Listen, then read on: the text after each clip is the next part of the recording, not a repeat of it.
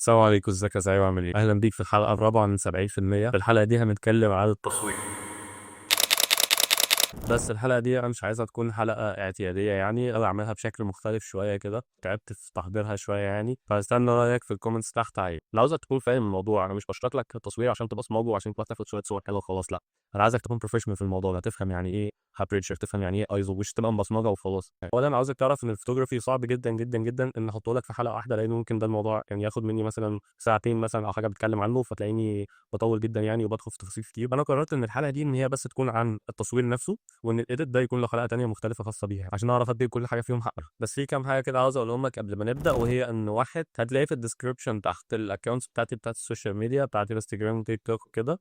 اعمل عليهم فولو علشان في الفتره الجايه ممكن ابدا انزل اسكس عليها وابدا ارد على الاسئله بتاعتكم، يعني هيبقى اسهل بكتير من يوتيوب بالنسبه لي. اتنين، انا ساعات بحط حاجات في الديسكربشن، ساعات ببقاش قلتها في الفيديو مثلا، او احط لينك لتشانل معينه او لفيديو معين انا برشحه لك، فبرضه هبص على القانون. تالت حاجه ان الفيديو برضه هيكون ماشي بطريقه 70%، فانت لو مش عارف ايه اللي انا بتكلم عنه ده فانت ما شفتش اول حلقه، فشوفها الاول وبعدين يبقى تعالى. كمان حاجه اضافيه، وهي ان الديسكربشن هتلاقي فيه تايم ستامبس كده، انا برسم لك الفيديو بالدقايق بالظبط اللي انا بتكلم فيها عن الحاجات اللي انا هتكلم عنها يعني. لو عايز تسكيب حاجه معينه ممكن تسكيب. عشان نبدا كلام عن الموضوع، خليني ناخدك في رحلتي انا الشخصيه في ازاي اتعلمت التصوير وليه اتعلمته اصلا. سنه 2018 في قريه من قرى محافظه الدقهليه، في مدرسه اعدادي صغيره، تقريبا كان الوقت الظهر كده يعني الساعه 11 كده، فاهم؟ كان اخر يوم امتحانات ثالثه اعدادي. طبعا بقى انت متخيل كميه الزعيق بقى، والعيال اللي رايحه جايه بتجري، وكتب وحاجات بتترمى في كل حته، ودوشه، واهالي جايين يسالوا اولادهم عملت ايه ومش عارف ايه. قرروا الطلاب ان هم يطلعوا موبايلاتهم وياخدوا صور للذكرى، يعني دي اخر سنه ليهم مع بعض. في منهم بقى اللي هيدخل ثانوي، في منهم اللي هيوقف تعليم على هنا، في منهم اللي فاهم اللي هيدخل مدارس صناعيه وكده. فطلعوا موبايلاتهم وبداوا يتصوروا. بس المشكله ان كان في واحد دحيح كده، يعني كان شايف ان الموبايل ملوش لازمه وان هو بيضيع وقت من المذاكره اكبر من اللازم، فما كانش معاه موبايل، وكان مبسوط طول السنه عادي ان هو مش معاه موبايل لحد اللحظه دي. اللحظه دي كان بيقول يعني يا ريتني كان معاه موبايل اخد صور مع اصحابي دول اللي انا عارف ان انا غالبا مش هشوفهم تاني او مش هيكملوا معايا في التعليم يعني. فقرر ان هو يدخل معاهم الصور بتاعتهم وخلاص، يعني اللي هو على الاقل هتصور معاهم. ولكن اكتشف حاجه هو ما كانش متوقعها، وهو ان هو مش بيعرف يتصور، مش عارف يبتسم ازاي، مش عارف يعمل ايه بايديه، يحط ايده في جيبه ولا يحط ايده كده ولا يحط ايده كده ولا هيعمل ايه بالظبط. المهم يعني ان كان شكله في الصور مش حلو، فقرر ان هو ياخد الموبايل ويصور اصحابه. وهنا كانت المشكله التانية، كل الصور اللي هو خدها ما عجبتش اصحابه دول، كادرات غريبه بقى، صور مهزوزه، صور مفرقعه، فاهم؟ يعني حاجه عشوائيه جدا يعني. بس هو ما كانش فاهم ايه المشكله، ليه الصور دي مش عاجبه اصحابي، يعني ليه مش فاهم يعني. بعدها على طول عيلته قرروا يفسحوه بعد الضغط اللي هو كان فيه في المذاكره في ثالثه اعدادي دي، وخدوه اسكندريه رحله في الصيف بقى كده. وطبعا يعني ما اقولكش على جمال اسكندريه بقى، والبحر الازرق والموج اللي بيخبط في بعضه والسما يعني فاهم، كل حاجة في اسكندرية شكلها حلو. كان نفسه قوي يوثق الرحلة دي لأن هي مرحلة مهمة في حياته، هي انتقال من كونه طالب إعدادي خلاص داخل على ثانوي، مش هيكون بعدها انتقال تاني زي كده غير بعد تالتة ثانوي، يعني بعد 3 سنين. فهو كان عايز يوثق الرحلة دي لأنها حاجة مهمة بالنسبة له. فطبعا مسك موبايلات العيلة وقعد يصور كل حاجة تقابله، صور وفيديوز وكل حاجة، وبرضه كانت صور فظيعة يعني. والمشكلة إن اسكندرية حلوة جدا لدرجة إن أنت أصلا لو ما بتعرفش تصور هتطلع صور حلوة. لا، هو ما كانش بيطلع صور حلوه خالص. قضى بقى ال3 سنين بتوع ثانوي بيحاول يتعلم تصوير، يعمل سيرش، بيسمع الناس، بيشوف ايه الحاجات اللي هو لازم يتعلمها. بدأ بس يسمع كلمات كده ايه ومصطلحات جديده عليه، حاجه كومبوزيشن، شاتر سبيد، ايزو، مش عارف ايه، مصطلحات كبيره كده بالنسبه له. خلينا كده بقى ايه بنطلع بشويه الحاجات كده اللي انا كنت بحكي القصه دي عشان اول حاجه ان في حاجات لازم تتعلمها، تاني حاجه ان في برامج اديت مهمه جدا جدا وبتحولك بشكل رهيب من شخص لسه بيعمل شويه صور كويسه لشخص بروفيشنال. ثلاثة، إن الموضوع هياخد وقت إنك تتدرب عليه وإنك تشوف ناس وتعمل فيجوال فيدنج، وهياخد منك وقت ولكن هتوصل في النهاية. دلوقتي خلينا نبدأ في التصوير.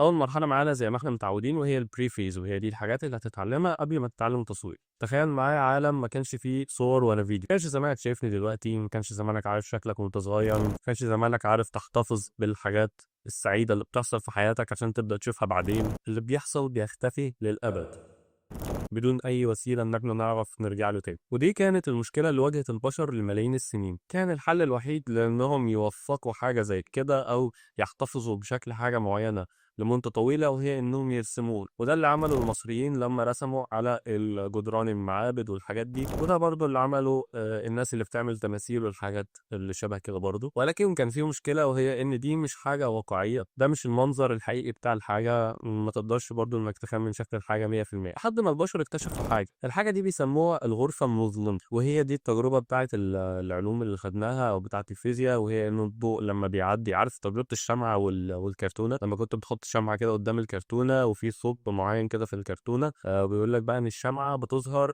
في الناحية التانية كشكل شمعة مقلوبة ومصبرة ومش عارف إيه، عارف فاكر الموضوع ده يعني. الظاهرة دي ظاهرة فيزيائية، بشر قال لك حلو قوي كده، بقى كده وصلنا لحاجة ممكن إيه نبني عليها شوية. وقام جاي العالم بتاعنا المسلم المشهور جدا حسن بن الهيثم، وقال لك حلو قوي، هستخدم بقى الموضوع ده بقى في دراسة النجوم ومش عارف. ولكن ده ما كانش بيثبت اللحظات السعيدة معانا وكده. هو أي نعم حاجة شبه الكاميرا، ولكن هو مش بيكبسر الحاجة أو مش بيعينها بشكل دائم بصورة، والصورة هنا هي مش ثابتة للأبد، هي الصورة دي موجودة لحد ما مصدر الضوء ده يختفي. كمان هي صورة لايف، يعني لما بيحصل تغير في مصدر الضوء أو في الحاجة اللي بتظهر صورتها، هي بتتغير برضو معانا، هي كده مش ثابت. كده الموضوع عامل كأنه مراية بالظبط. فقلنا خلاص احنا كده هنضطر نشوف الصورة دي بقى، عارف ده بتمشي كده على الصورة بقلم بترسمها. ولكن ده مختلف شوية عن الرسم العادي، لأن هو هنا هيكون رسم بدقة كبيرة جدا، أنت بترسم الحاجة فعليا بتتقل. ممكن تكون شايف إن ده غش مش فن، ولكن ليوناردو دافنشي استخدم الموضوع ده في إنه يرسم لوحات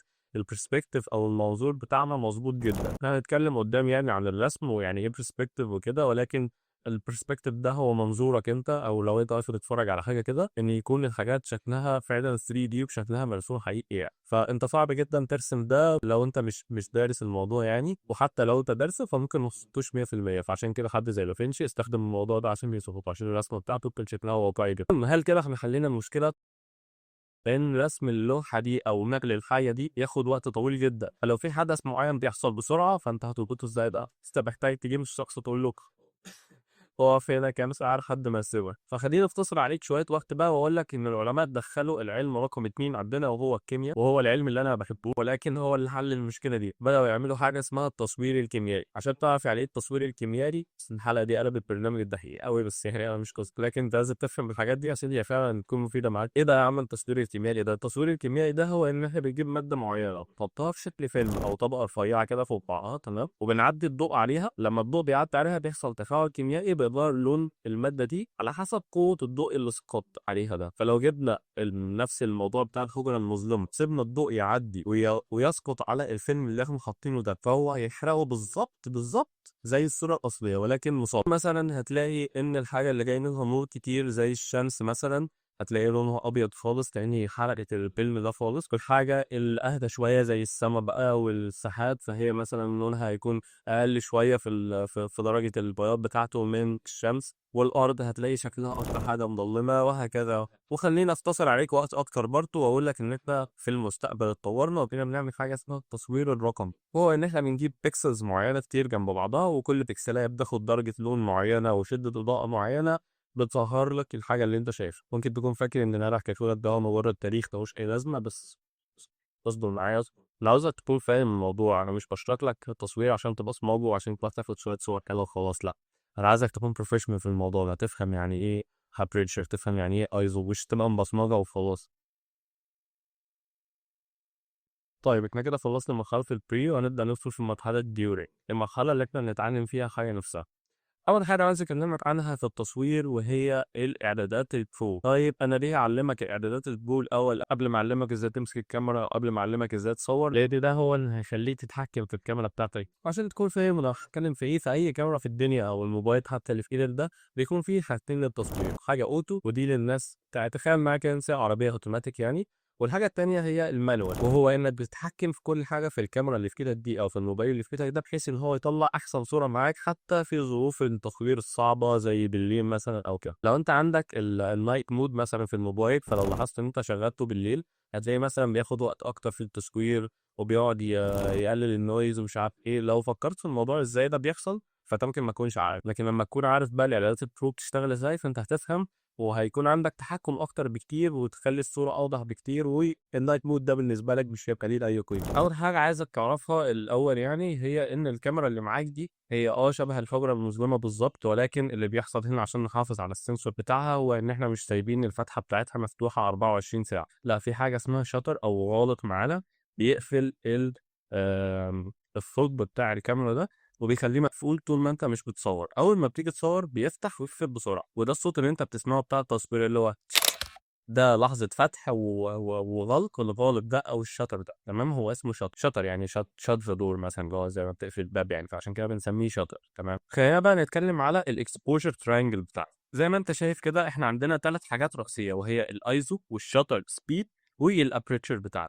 خلينا نبدا بالابريتشر بتاعنا اللي هو اللي تحت خالص زي ما انت شايف كده. الابريتشر بتاعنا هو فتحه العدسه او عرض فتحه العدسه او قطر فتحه العدسه بتاعتنا. بيتقاس عندنا زي ما انت شايف كده اف 1.4 اف 2.0 اف 2.8 اف 4 مثلا. زي ما انت ملاحظ كده ان كل ما الرقم بيكبر معانا كل ما فتحه العدسه بتاعتنا بتكون اضيق، وبالتالي بتدخل ضوء اقل للكاميرا. ده بيأثر معانا في حاجتين، الحاجه الاولى هي كميه الضوء اللي داخل طبعا، تاني حاجه وهي الدبث اوف فيلد بتاعك او العزل بتاعك عن الحاجه اللي وراك، وهو ده اللي بيفرق عدسات معينه. يقول لك ان العدسه دي بورتري مثلا بتصور بورتري، بتصور ببعد معين، وفي عدسه ثانيه يقول لك لا العدسه دي وايد مثلا بتصور حاجات وايد وهكذا. فالبريشر بيتحكم معانا في حاجتين، اول حاجه البديهي يعني لما لما الفتحه بتكون اكتر فهي بتدخل ضوء اكتر وبالتالي بتساعدك ان انت تصور في الضلمه مثلا وهكذا. تاني حاجه الدبث اوف فيلد بتاعك وهو عزلك عن الخلفيه، وهنتكلم عن ازاي ده بيحصل قدام. تاني حاجه معانا وهي الشاتر سبيد وهي سرعه فتح وغلق الغالق بتاعنا. ده بيأثر معانا في ايه؟ بيتأثر معانا في المده الزمنيه اللي الكاميرا بتاعتنا بتستقبل فيها ضوء، وبالتالي كميه الصور اللي ممكن تتاخد. مثال على كده لو انا فتحت وقفلت بسرعه كده فانا خدت الضوء اللي دخل في 1/10 ثانيه، اذا انا هنا سجلت 1/10 ثانيه. لكن لو فتحت لمده 3 ثواني شوف بقى انا دلوقتي خدت كام صوره مقارنه بال1/10 ثانيه اللي فاتوا. انا كده سجلت كاني سجلت فيديو صغير مثلا، والفيديو ده دمجت كل الصور اللي فيه في بعضها في صوره واحده. ده بينفعنا في ايه؟ بينفعنا لما بنيجي نصور حاجه بتتحرك بسرعه. الحاجه اللي بتتحرك بسرعه بنحاول نفتح ونقفل الشاتر بحيث ان هو ياخدها ثابته، في حين ان لو في حاجه ثابته مثلا ولكن الدنيا ضلمه قوي زي النجوم مثلا فانا عادي ممكن افتح الشاتر بتاعي دقيقه، ممكن اخليه يفضل ياخد ضوء لمده دقيقه، لان في الدقيقه دي النجوم مش هتتحرك خالص تقريبا يعني. وبالتالي انا هنا دخلت ضوء كتير، خدت الصوره بشكل واضح جدا من غير ما اثر على الكواليتي. طب ايه اللي ممكن تاني ارفع بيه الضوء من ولكن بيأثر على الكواليتي؟ العامل الثالث معانا هو اسمه الايزو. خلينا بقى ندخل فيهم واحد ورا واحد كده بالتفصيل اكتر شويه. الايزو هو اول حاجه معاه. بص، الايزو هو مكون من ارقام بيبقى مضاعفات الرقم 100، يعني مثلا عندك اول ايزو هو 100 200 400 800 وهكذا. لما بنيجي نصور حاجه في الضلمه وعايزينها بهاي كواليتي بنحاول ان احنا نزود الشاتر سبيد مش نزود الايزو. ليه؟ عشان الايزو ليه مشكله هتكلم معاك عنها دلوقتي وهي النويز بتاعه. هو بيعرق الضوء بتاع الصوره ولكن بيأثر على الكواليتي بشكل كبير. زي ما انت شايف ايزو 100 هو الصوره تقريبا فيه مظلمه خالص، ايزو 200 لا الصوره بدأت هنا توضح شويه، ايزو 400 اوكي، ويعني انا بدات اشوف ان في هنا حاجه زي مباني او طريق او حاجه ولكن مش عارف افرقها قوي. ايزو 800 بدات تبقى اوضح شويه. ايزو 1600 انا بقيت شايف دلوقتي كل حاجه في الصوره بشكل واضح. على فكره الايزو عادي ممكن يوصل ل 4000 وارقام كبيره يعني، ولكن هو يبدا من 100. طيب الهاي فاليو بتاعتنا بتعمل ايه؟ او لما بعلي الفاليو او الرقم بتاع الايزو ده بيخلي الكاميرا بتاعتنا او اللينس مور لايت سنسيتيف، يعني بتستقبل ضوء وبتكون حساسيه الضوء بتاعتها اعلى. لو عايز تقيس ده فخلينا نرجع لمثال الفيلم مثلا الكيميائي. فتخيل ان احنا مثلا حطينا فيلم رقيق جدا جدا جدا فالضوء اللي دخل حرقه كله مره واحده، تمام؟ عكس لو حطيت فيلم اتخن شويه فبالتالي الضوء اللي هيدخل مش هيحرقه بقدر ما حرق الفيلم الرفيع. تاني حاجه ان هو الهاي فاليو بتدخل جرين او عارف شكل الحبيبات اللي بيبقى على الصوره ده او النويز، ده بيحصل لما يكون الايزو عالي. تالت حاجة إن الصورة بتكون لو كواليتي بسبب برضه الجرين أو الحبيبات اللي بتبقى ظاهرة دي. ده عكس إن الأيزو يكون الفاليو بتاعته قليلة، هيكون less light sensitive، بالتالي أنت محتاج ضوء أكتر أو مدة التعرض للضوء تكون أكتر عشان الصورة تكون أوضح، عشان الفيلم الكيميائي يتحرق أحسن. أنا عارف إن إحنا دلوقتي بنصور ديجيتال يعني وبنتكلم على كاميرات ديجيتال، ولكن أنا بحاول أفهمك الموضوع. بتكون طبعا في less noise وبيكون الصورة high quality، وده فرق بين الأيزو 100 والايزو 6400. طبعا هو في فرق رهيب هنا في الشاتر سبيد، ولكن يعني مثلا في الايزو 100 دي اكيد الشاتر سبيد هنا كان اكتر من دقيقه، في حين ان الايزو 6400 دي الشاتر سبيد هنا كان حاجه جزء من الثانيه يعني. طيب نتكلم على تاني حاجه وهي الشاتر سبيد بتاعنا. زي ما قلت لك ان الشاتر سبيد بتاعنا هو المده اللي الشاتر بتاعنا بيتفتح فيها، يعني معرض الكاميرا للضوء، دي 500 جزء من الثانيه، دي 250 جزء من الثانيه. الصوره دي تمام هتلاقيها ايه اقل في الوضوح شويه، او بدات ايه تكون مهزوزه اكتر من دي شويه. كل ما تمشي كده هتلاقينا هنا مثلا واخدين 60 جزء من الثانيه، 30 جزء من الثانيه، 15 جزء من الثانيه، لحد ما توصل لهنا لانك بتاخد نص ثانيه. بص هو انت ممكن بالنسبه لك في ارض الواقع يعني تكون النص ثانيه دي حاجه لا تذكر، ولكن في عالم التصوير نص ثانيه دي مده كبيره جدا، في احداث بتحصل في النص ثانيه دي. يعني مثلا لو انت بتتفرج على ماتش كوره ومحمد صلاح كده بيجري كده، بص بص بص شايف صبعي كده بص ايدي، ده بيحصل في اقل من نص ثانيه اللي انا بعمله ده تمام. وعشان تصوره بصوره ثابته، او لو لاعب كوره بيجري بسرعه كبيره جدا وعايز تصوره صوره ثابته، فانت محتاج تصوره ب 500 جزء من الثانيه مثلا، او 250 جزء من الثانيه على حسب يعني. ولكن ده مشكلته زي ما قلت لك ان هو بيخلي الضوء اللي داخل الكاميرا قليل، بالتالي الصوره ممكن تكون مظلمه. زي ما انت شايف كده ده محمد صلاح احنا مصورينه هنا شاتر سبيد سريع جدا جدا عشان نقدر نلقطه. وزي ما انت شايف اكتر حاجه ما بتتحركش فيه وهي وشه، هي ظاهره جدا، ولكن ايده بدأت تبقى مهزوزة أكتر شوية، رجله هي أكتر حاجة مش واضحة، ولا هي ولا الكورة. وكمان الملعب والجمهور اللي حواليه مش واضحين خالص، لأن الكاميرا هنا بتتحرك معاه بسرعة كبيرة جدا، بالتالي كل اللي وراه ده هو مستحيل إيه نقدر نلقطه. على عكس حاجة زي دي، هي متصورة برضو مش على عكس، لا هي برضو كمان حاجة زي دي هي برضو متصورة بشطر سريع جدا، يعني احنا حرفيا لقطنا المايه وهي بتقع. تالت حاجة الابريتشر بتاعنا، زي ما قلت لك فتحة العدسة. فتحة العدسة بتتحكم في كمية الضوء اللي داخل، وكمان بتتحكم في الدبث اوف فيلد. زي ما انت شايف كده فتحة العدسة مثلا اف 1.4، فدي فتحة عدسة كبيرة جدا، هي مظهرة الشخص ولكن كل الباك جراوند اللي وراه بلورد تمام، حاجة مش واضحة خالص. على عكس الاف 32 مثلا، وهي دي فتحة عدسة ضيقة جدا جدا، وبالتالي كل الحاجات اللي في الصورة هي واضحة كلها ان فوكس، مفيش حاجة اوت اوف فوكس هنا خالص. زي ما انت شايف كده دي اف 10 ودي اف 2، هتلاقي ان اف 10 عشان الرقم كبير فكل حاجة واضحة، اف 2 ده معناه ان الرقم صغير يعني، فده معناه ان فتحة العدسة كبيرة، وبالتالي هي هتكون لقطة الحاجات اللي في وشها بس. زي ما انت شايف كده برضو ده استخدام تاني للابريتشر، وهو ده بيكون شكله في الكاميرا البروفيشنال اللي تحت ده، هتلاقيه لو مسكت الكاميرا وبدأت تتحرك كده هتلاقيها ايه بتتحرك معاك.